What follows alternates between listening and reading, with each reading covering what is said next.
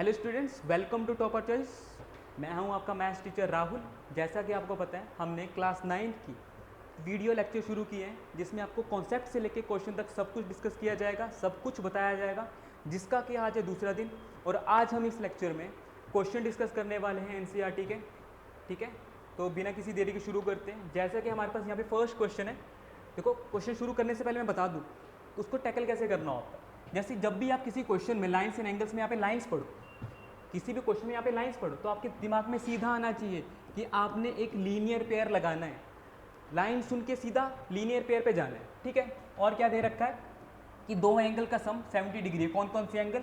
AOC एक तो ये एंगल है, और BOE और BOE जो ये एंगल है, इन दोनों का सम दे रखा है 70 डिग्री। बिल्कुल सही बात है। BOD दे रखा है हमारे पास 40 डिग्री, तो BOD हमारे पास दे रखा है यहाँ पे 40 डिग्री। जो दे रखा है वो मैं यहाँ पे लिख लेता हूँ। ठीक है, और हमसे पूछा क्या गया है कि हमने BOE निकालना है।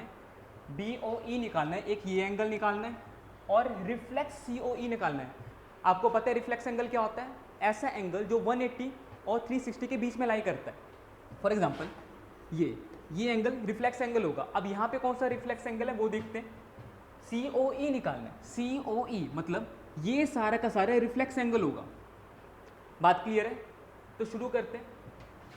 किसी भी क्वेश्चन को करने से पहले आपने सबसे पहले वही लिखना है, गिवन क्या है हमारे पास। गिवन में हम लिख लेंगे कि angle AOC plus angle BOE कितना है? 70 डिग्री है।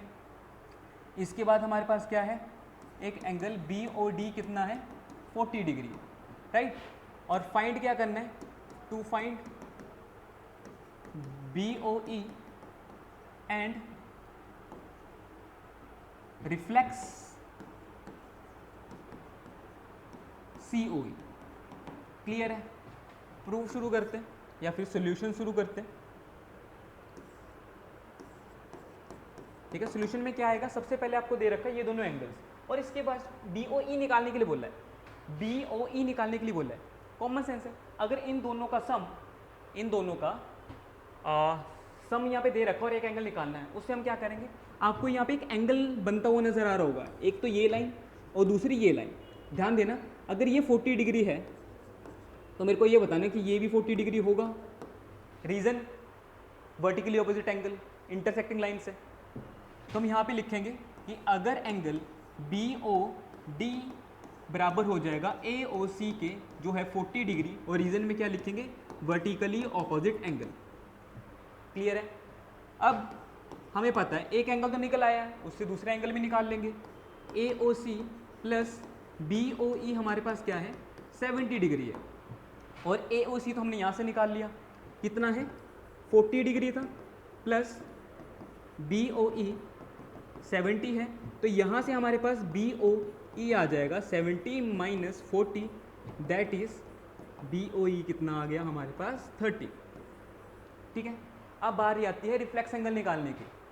तो जब भी आपको रिफ्लेक्स एंगल की बात आ रही हो, चुप करके क्या करना है? एक छोटा वाला एंगल निकाल लो, उसको 360 से माइनस कर दो। सिंपल फॉर्मूला है, सिंपल तरीका है। जब भी आपको रिफ्लेक्स एंगल की बात कर रहा हो, आपने उसको हमेशा 360 से माइनस करना है। किसको? उस छोटे वाले एंगल को। ठीक है, अब हमें पता है ये 40 है, ये 40 आ चुका है, और इससे हमने ये 30 निकाल चुके हैं। और यहाँ पे हमें AB लाइन दे रखी है। लाइन से क्या हमें पता होना चाहिए? Linear pair. लाइन से क्या पता होना चाहिए? लीनियर पेयर पता होना चाहिए। तो हम यहाँ पे लीनियर पेयर लगा सकते हैं। AOC plus COE plus EOB कितना आएगा? 180 के बराबर आएगा, और इन दोनों का सम कितना दे रखा है? 70। तो जहाँ से हम COE निकाल लेंगे, और यहाँ पे COE कितना आ जाएगा? 110।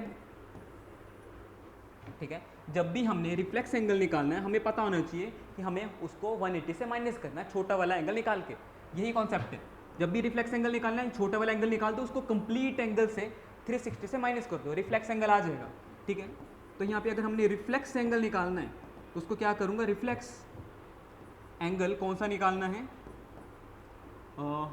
COE, उसको क्या करूँगा? 360 से माइनस कर दूंगा। किस एंगल को माइनस करूँगा? जो उसका छोटा वाला पार्ट होगा।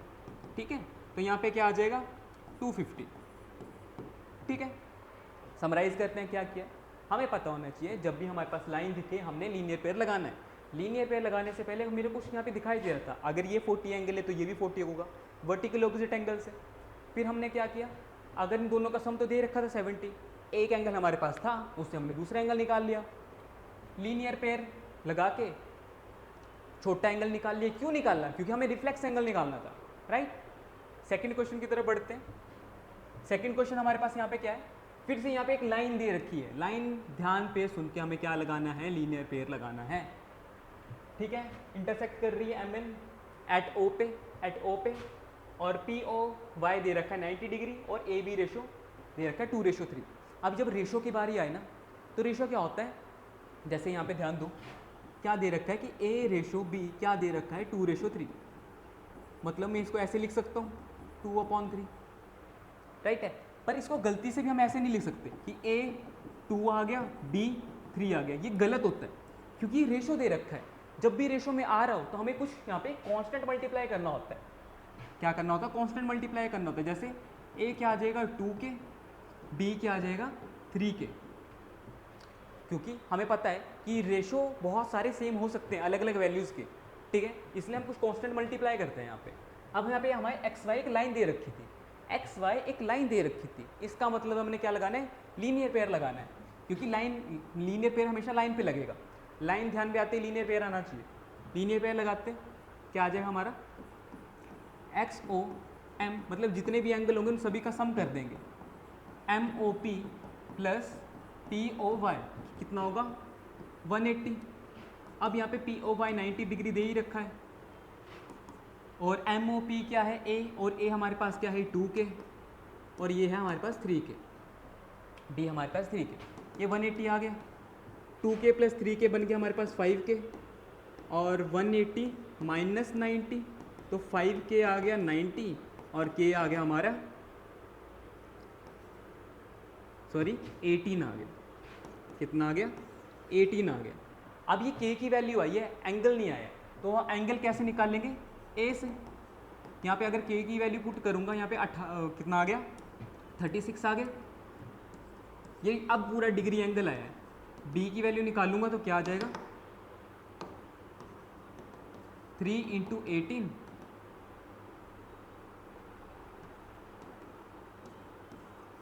क्लियर है। ए आ गया बी आ गया, ये कितना आ गया 54 और ये कितना आ गया 36। इतनी बात क्लियर है।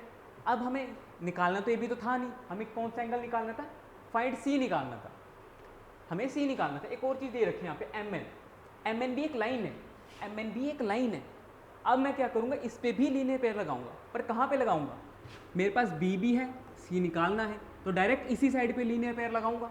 दूसरी साइड पे लगाने गया, ए तो था 90 भी था पर ये एंगल नहीं था हमारे पास, ठीक है। तो हमें ये भी पता होना चाहिए कि लीनियर पेयर लगाना भी कहाँ पे है। तो ठीक है, एम एन लाइन है तो एम एन लाइन पे एक लीनियर पेयर लगाते हैं, M O X plus X O N, ठीक है, ये 180 के बराबर है। और ये दे रखा हमारे पास 54 प्लस एक्स ओ बाई सी है, ये 180, सी इज इक्वल टू 180 माइनस 54, तो कितना आता है ये 126, कितना आया 126 आया, ठीक है। ऐसे ऐसे कुछ क्वेश्चंस हैं लाइन्स एंड एंगल्स के, बहुत इजी क्वेश्चन है। बस एक ही कॉन्सेप्ट है, जब भी लाइन पढ़ लो तो उसके दिमाग में हमारा सिर्फ एक ही चीज़ आनी चाहिए, लीनियर पेयर आना चाहिए, ठीक है। फटाफट एक और अगला क्वेश्चन पढ़ते हैं, ठीक है। अच्छा, ये प्रूव करने वाला क्वेश्चन है। क्या करना है, हमारे पास दो एंगल्स बराबर दे रखे हैं, हमने अगले दो एंगल बराबर प्रूव करने हैं। क्या करना है, पी क्यू आर दे रखा है, पी क्यू आर, ये एंगल इस एंगल के बराबर दे रखा है, P O S, P Q S, इस एंगल को हमने किसके बराबर करना है, पी आर टी के, पी आर टी के इस एंगल के बराबर प्रूव करना है। क्लियर है, वही की कॉन्सेप्ट है। मेरे को यहाँ पे एक लाइन बनती हुई नज़र आ रही है, हमेशा स्ट्रेट लाइन पे लीनियर पेयर लगता है और लाइन्स एंड एंगल्स में ज़्यादातर लगेगा लीनियर पेयर, ठीक है। तो इसको भी उसी से उड़ाएंगे, ठीक है। क्या प्रूफ में आएगा,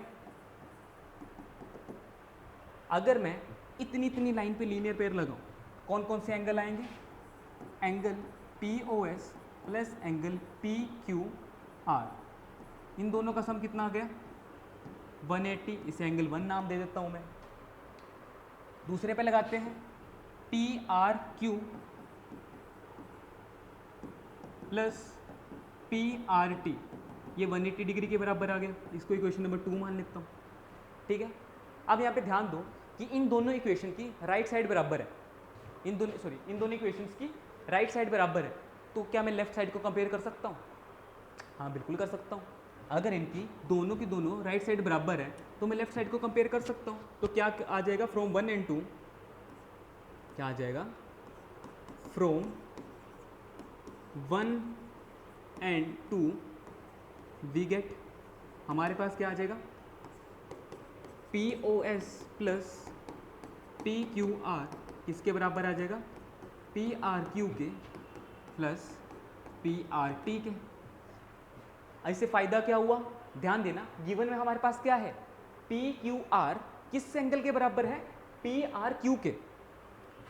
क्या मैं यहाँ पे पी क्यू आर को रिप्लेस कर सकता हूँ पी आर क्यू के, क्योंकि भाई दोनों एंगल बराबर है, एक एंगल की जगह दूसरा एंगल रख सकता हूँ, जाहिर सी बात है रख सकता हूँ।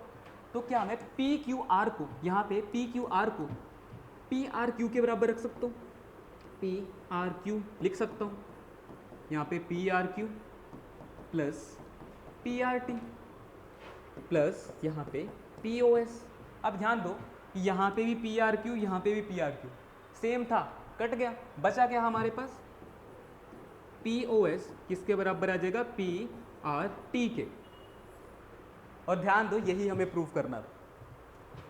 ठीक है, बहुत सिंपल सा कॉन्सेप्ट है, क्योंकि मेरे को लाइन यहाँ पे दिखाई दे रही थी, लाइन के अलावा यहाँ पे कुछ नहीं था कि मैं corresponding vertical opposite angle alternative angle पे जाऊँ, सिर्फ एक लाइन थी। तो उस लाइन को देख के मैंने क्या किया, लीनियर पेयर लगाया, राइट साइड बराबर कर दी और उससे हमारे पास लेफ्ट साइड बराबर आ गई। क्लियर है? ठीक है, एक और क्वेश्चन देखते हैं, एक और क्वेश्चन देखते हैं। हाँ ठीक है, एक की कॉन्सेप्ट था कि अगर हमारे पास लाइन दे रखी है तो हमें उसमें लीनियर पेयर लगाना है, पर अगर जब प्रूव ही हमें लाइन करनी हो तो हमें क्या करना है, ध्यान देना, हमने यहाँ पे प्रूव ही लाइन करना है। जब हमारे पास कुछ ऐसा है, जब हमने लाइन ही प्रूव करनी हो, तब उसको दो एंगल, जितने भी एंगल बन रहे हो, अगर उनका सम 180 पर प्रूव कर दूँ, लाइन बन जाएगी। क्या बोला मैंने, अगर हमारे पास लाइन गिवन हो, ये गिवन में आएगा, अगर गिवन हो तो हम उससे लीनियर पेयर लगा सकते हैं। अगर हमें टू प्रूव ही लाइन करनी हो तो उन एंगल का सम क्या कर दूंगा 180 ले आऊँगा, तो वो लाइन प्रूव हो जाएगी। बस इतना सा दिमाग में आना चाहिए। अब इसी को दिमाग में रख के शुरू करते हैं। क्या था, क्या चीज़ है यहाँ पे, ठीक है, ये गिवन में आ जाएगा। अब यहाँ पे कुछ एंगल्स हैं, हमें पता है कंप्लीट एंगल तो लग ही सकता है ना, सभी एंगल का सम 360, ऑब्वियस सी बात है। तो क्या आएगा यहाँ पे प्रूफ में, क्या आएगा, मैं ऐसे लिख सकता हूँ x plus Y plus Z plus W कितने बराबर आएगा, यहाँ पे 360 के बराबर आएगा। देखो गिवन और टू प्रूफ तो लिखना ही लिखना है, उसके बाद प्रूफ शुरू करना है अगर आपको फुल मार्क्स चाहिए तो, ये ध्यान में रखना। ठीक है, इसके बाद जैसे हमने पिछले क्वेश्चन में किया था सेम इस क्वेश्चन में करेंगे। x प्लस वाई किसके बराबर दे रखा है, y प्लस जेड के। क्या मैं x प्लस वाई को y प्लस जेड से रिप्लेस कर सकता हूँ? हाँ बिल्कुल कर सकता हूँ। तो यहाँ पे मैं w प्लस जेड कर दूंगा और z प्लस डब्ल्यू कितना बराबर आया, 360 के बराबर आया। आप देखो 2 z हैं तो 2 टाइम्स z प्लस 2 w हैं तो 2 टाइम्स w, 360 के बराबर आ गया। अगर यहाँ से मैं 2 कॉमन लूँ, z plus W is equal to 360। ठीक है, अब z प्लस डब्ल्यू अब 2 मल्टीप्लाई में यहाँ पे डिवाइड में भेज दूंगा मैं। ठीक है, तो 360 डिवाइड बाई 2, तो z प्लस डब्ल्यू कितना आ जाएगा, 180 आ जाएगा। ठीक है, क्या बोला मैंने, अगर लाइन प्रूफ करनी हो तो एंगल का सम 180 कर दो। तो यहाँ पे w प्लस z, अब इन दोनों का सम 180 है, अगर सम 180 है तो स्ट्रेट एंगल बनाता है, स्ट्रेट एंगल हमेशा लाइन पे बनता है। तो यहाँ से प्रूफ हो गया कि AOB is a line, therefore या फिर hence AOB is a line. ठीक है, सो आज की वीडियो में इतना ही रखते हैं। नेक्स्ट वीडियो में हम देखेंगे अगले क्वेश्चंस और आसान तरीके से। ठीक है, थैंक यू।